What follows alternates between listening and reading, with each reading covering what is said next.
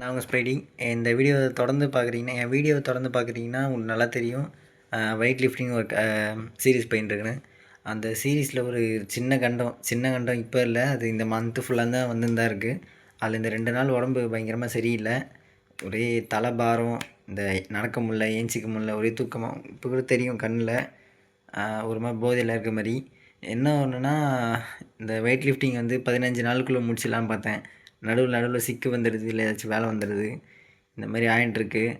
1ஆந்தேதி தான் எவ்வளோ weight lifting பண்ண போகிறோன்னு சொல்லியிருக்கேன். உங்களுக்கு என்ன அட்வைஸ் பண்ணணுன்னா, ஜிம்முக்கு போயிட்டு வந்துட்டு குளிங்க, வேர்வையை காய விடாதீங்க. அதுக்கப்புறம் மற்ற நாளே எப்பயும் ஆகாது, இது வெயில் டைம்னால அப்படி ஆகுது போல். எனக்கு சும்மா சளி பிடிச்சிக்கும். வாரத்துக்கு 2 நாள் தலைக்கு ஊற்றுங்க, மற்ற நாள் வந்து உடம்பு மட்டும் ஊற்றிடுங்க.